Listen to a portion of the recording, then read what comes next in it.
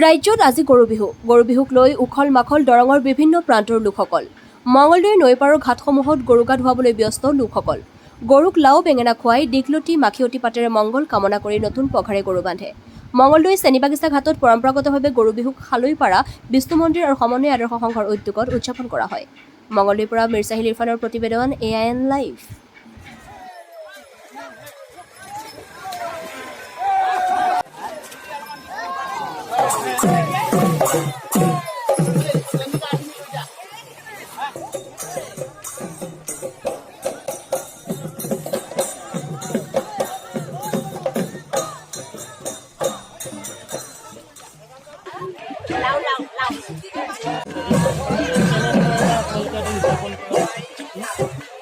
আমি সমূহ ৰাইজ আমি আগামীৰ পৰা বাকী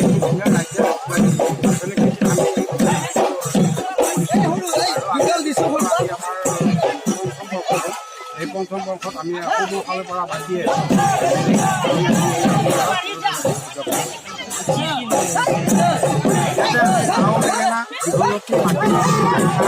চৰা মাহ হালধি